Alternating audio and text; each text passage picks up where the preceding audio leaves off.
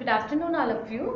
Myself Reena Jarwal and आज हम पढ़ने वाले हैं सैम्पलिंग से रिलेटेड न्यूमेरिकल्स।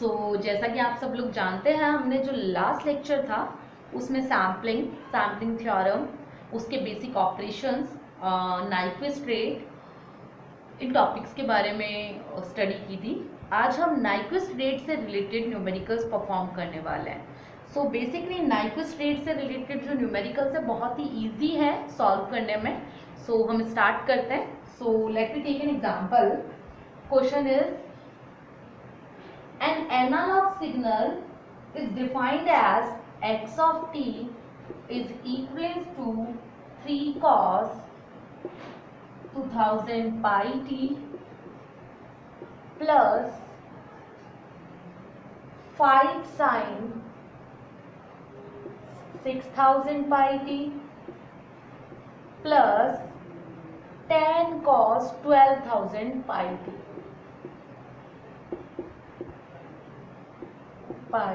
तो प्लस में है इसके। अब हमें नाइक्विस्ट रेट फाइंड आउट करनी है। क्वेश्चन में है what is the Nyquist rate for this signal. Basically सबसे पहले हमें ये देखना है कि जनरली जो ये हमारे पास सिग्नल है इसमें जो फ्रीक्वेंसी एग्जिस्ट कर रही है, एग्जिस्टिंग फ्रीक्वेंसी कितनी है।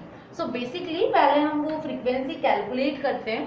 फ्रीक्वेंसी कैलकुलेट करने के लिए हमें क्या करना होगा, जैसे कॉस की फॉर्म में है, ये साइन में है, ये कॉस में है, तो इनका जो जनरल रिप्रेजेंटेशन होता है उससे कंपेयर करते हैं। बेसिकली हमारे पास यहाँ पर अगर मैं देखूँ इसके जनरल वे में तो कॉस ओमेगा टी होता है, तो ओमेगा की वैल्यू हमारे पास ये हुई। सिमिलर वे में साइन ओमेगा टी, तो ओमेगा ये हुआ, and cos omega t, then omega ये रिप्रेजेंट हुआ। बेसिकली हमारे पास फर्स्ट कंपोनेंट अगर मैं देखूँ तो फर्स्ट कंपोनेंट में ओमेगा की वैल्यू है 2000 pi. Basically omega is equals to होगा 2 पाई, तो फर्स्ट कंपोनेंट के लिए तो 2 pi f1 is equals to 2000 pi. Basically f1 is equals to कितना होगा 2000 पाई बाय 2 पाई। पाई से पाई कैंसिल आउट एंड हमारे पास आएगा 1000, that means 1 kilo hertz. Okay, ये तो आ गया हमारे पास ओमेगा 1 के थ्रू जब हमने फाइंड आउट किया, मीन्स हमारे पास f1 की वैल्यू आ गई। उसके बाद हम देखते हैं ओमेगा 2। बेसिकली ओमेगा 2 हमारे पास सेकेंड कंपोनेंट में 6000 पाई। बेसिकली हमारे पास 2 pi f2 is equal to कितना होगा 6000 pi. Basically f2 is equal to होगा हमारे पास 6000 पाई बाय 2 पाई। पाई से pi cancel out and 2 3 6 and 3000 means ये हमारे पास आएगा 3 किलो हर्ट्ज। f1 आ गया 1 किलो हर्ट्ज, f2 आ गया 3 किलो हर्ट्ज। अब हमको चेक करना है जनरल थर्ड कंपोनेंट। मैं यहाँ पर चेक कर रही हूँ थर्ड कंपोनेंट। तो ओमेगा 3 हमारे पास है 12000 pi. Basically 2 pi f3 is equivalence to कितना होगा 12000 pi. f3 is equivalence to 12000 pi by 2 pi. Basically pi से pi cancel out and f3 हमारे पास आएगा 6 किलो हर्ट्ज, क्योंकि 2 6 12 एंड 6000 आएगा, that is equivalence to 6 kilohertz. Basically f1 f2 and f3 हमने find out कर दिया। अब हमें क्या करना है, इनमें देखना है कि मैक्सिमम फ्रीक्वेंसी किसकी है, f1 की है, f2 की है, f3 की है। तो अगर मैं तीनों को कंपेयर करूं तो मैक्सिमम फ्रीक्वेंसी जो है वो f3 की है। बेसिकली हमारे पास f3 जो है वो मैक्सिमम फ्रीक्वेंसी की तरह काउंट होगा। बेसिकली हमारे पास जो fm है वो f3 है। fm हमारे पास कितना होगा, maximum frequency is equals to 6 kilohertz. अब नाइक्विस्ट रेट जो हमारे पास होती है वो जनरली होती है fs is equals to 2fm। Basically 2 into 6 kilo hertz, तो हमारे पास जो आंसर आएगा वो आएगा 12 किलो हर्ट्ज। बेसिकली जो सैम्पलिंग फ्रीक्वेंसी है, जो नाइक्विस्ट रेट है, हम इसको नाइक्विस्ट रेट से भी रिप्रेजेंट कर सकते हैं। बेसिकली जो नाइक्विस्ट रेट आया है वो आया हमारे पास 12 किलो हर्ट्ज। बहुत इजी है, आपको जस्ट अगर इस तरीके का कोई क्वेश्चन दिया हुआ है तो पहले आपको कंपोनेंट लेने हैं ओमेगा के, उनके थ्रू आपको फ्रीक्वेंसी फाइंड आउट करनी है एंड देन उन फ्रीक्वेंसी में देखना है कि सबसे ज्यादा फ्रीक्वेंसी किसकी है, हाईएस्ट फ्रीक्वेंसी किसकी है, एंड उसके थ्रू हमें नाइक्विस्ट रेट फाइंड आउट करना है। फॉर्मूला बेस्ड है, Fs = 2Fm। इसी तरीके से हम नेक्स्ट क्वेश्चन देखते हैं।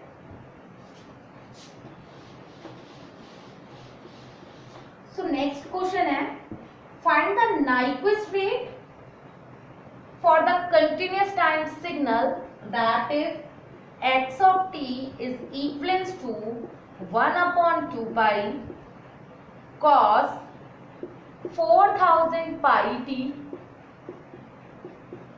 and cos 1000 pi t। आप लोगों को मैं बता दूं, ये क्वेश्चन बहुत बार आया हुआ भी है एग्जाम में, सो इसको थोड़ा आप ध्यान से देखिएगा, इसका जो सॉल्यूशन है। सो सॉल्यूशन देखते हैं। तो इसमें भी डिटरमाइन करना है हमें नाइक्विस्ट रेट। तो पहले तो हमें ये देखना है कि हमारे पास जो गिवन सिग्नल है वो किस तरीके का है। सो हमारे पास जो गिवन सिग्नल है कॉस के फॉर्मेट में और मल्टीप्लिकेशन फॉर्मेट में। सो बेसिकली ट्रिग्नोमेट्रिक से आपको पता है कि जनरली जब भी हमें बेसिकली कोई आइडेंटिटी इस तरीके से दी हुई होती है तो हम उसको इस फॉर्मूले से कन्वर्ट कर सकते हैं। Means 2 cos A cos B is equals to cos A plus B plus cos A minus B। So basically हमारे पास एक cos A cos B के फॉर्मेट में दिया हुआ है, तो इसके रेफरेंस में अगर cos A cos B देखूं तो ये 1/2 इसके नीचे चला जाएगा, मीन्स अपॉन में आ जाएगा। सो ये हो जाएगा cos A cos B is equals to cos A plus B 1/2 cos A plus B plus cos A minus B। So basically ये हमारे पास है। अब इस जगह पर पहले ये जो फैक्टर है, ये जो कंपोनेंट है, इसको हमें इस आइडेंटिटी को सॉल्व करना है। सो बेसिकली मैं करती हूँ। अब तो हमारे पास cos A cos B, तो basically 1/2 cos A plus B plus cos A minus B। So basically या फिर आप ऐसे भी इसको मैं जैसा यहाँ लिखा हुआ cos A cos B, मैं इसको 1/2 cos A plus B plus cos A minus B के रिप्रेजेंटेशन में देखूंगी तो x of t हमारे पास कैसा आएगा, 1/2 पाई ऑलरेडी है एंड इस पूरे कंपोनेंट की जगह हमें ये पुट करना है।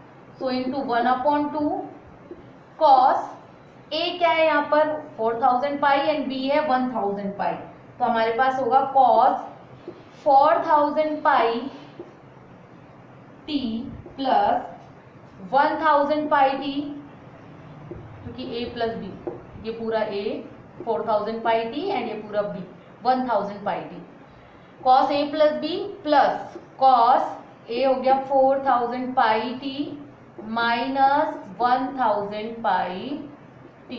सो दिस इज द रिप्रेजेंटेशन।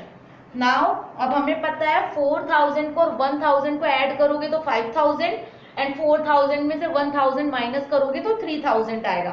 सो हमारे पास जो टर्म आएगी वो आएगी 1/4 पाई cos 5000 पाई t प्लस cos 3000 पाई t। बिल्कुल इजी वे में हमारे पास ये फैक्टर आ गया है। अब जैसे ये फैक्टर हमारे पास आया आप इजीली इसका नाइक्विस्ट रेट फाइंड आउट कर सकते हैं। कैसे, वो मैं आपको बता देती हूँ।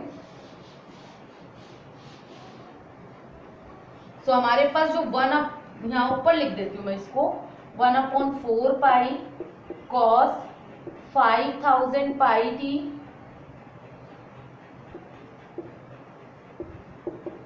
प्लस cos 3000 पाई t, ये हमारे पास कंपोनेंट है। सो अब हमें इस सिग्नल का जनरली आगे इस सिग्नल का हमें नाइक्विस्ट रेट फाइंड आउट करना है। सो वही अब हम चेक करते हैं। ω1 कितना है 5000 पाई एंड ω2 कितना है 3000 पाई।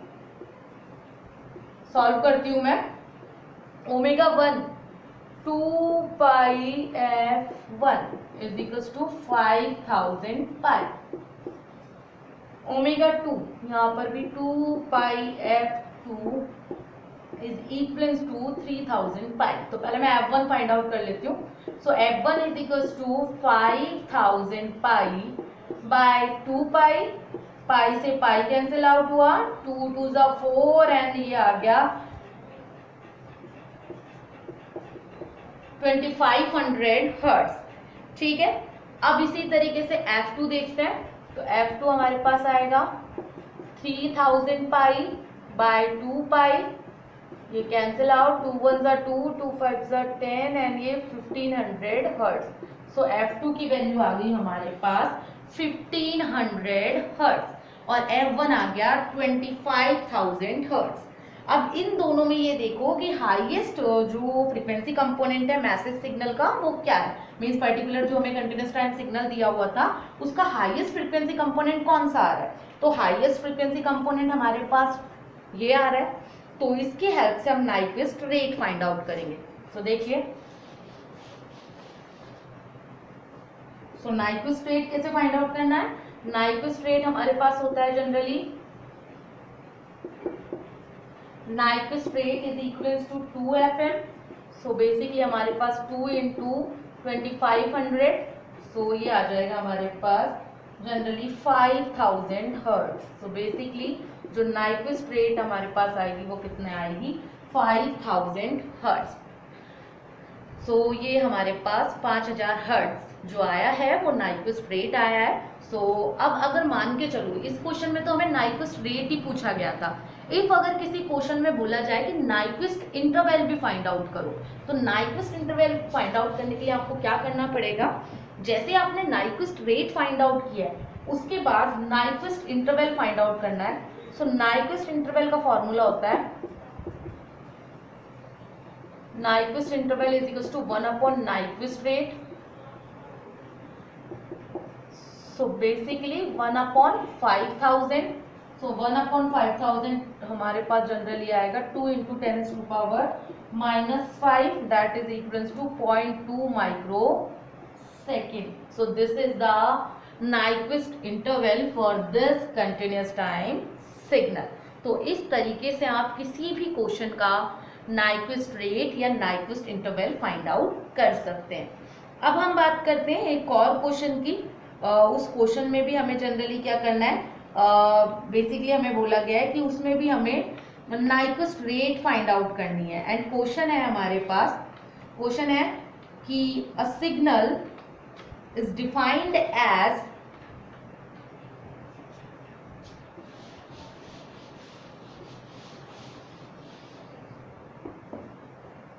a signal is defined as, or we can say that a signal is represented as x of t is equals to 2 cos 4000 pi t। तो बेसिकली हमें यहाँ पर ओमेगा की वैल्यू दी हुई है, आप इसके through omega is equals to कितना हो गया 4000 पाई हो गया। सो बेसिकली हमारे पास 2 पाई एफ कितना हो गया 4000 pi. So basically F is equals to कितना हुआ 4000 पाई बाय 2 पाई, पाई से पाई कैंसिल आउट, ये 2000 आ गया, मतलब फ्रीक्वेंसी हमारे पास 2 किलो हर्ट्ज आ गई बेसिकली। तो जैसे ये आया, अब हमारे पास कंपेयर करने के लिए कोई और फ्रीक्वेंसी फैक्टर तो है ही नहीं, सो डायरेक्ट हम नाइक्विस्ट रेट निकालेंगे। तो F N is equals to 2 FM, आप एफ भी लिख सकते हो, sampling frequency is equals to 2 FM। So यहाँ पर 2 इंटू 2 किलो हर्ट्ज, तो बेसिकली हमारे पास जो नाइक्विस्ट रेट आएगी वो कितनी आएगी 4 किलो हर्ट्ज। सो ये एक और क्वेश्चन हुआ। इसके अलावा हम एक और क्वेश्चन ले लेते हैं। क्वेश्चन है a signal having a spectrum, a signal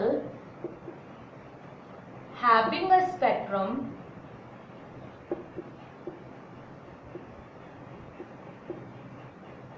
ranging from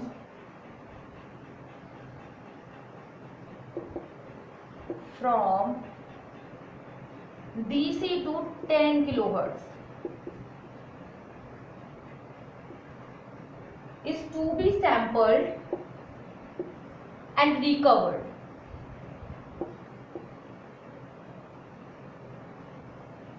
ठीक है, what is the minimum number of samples per second that must be taken to ensure recovery।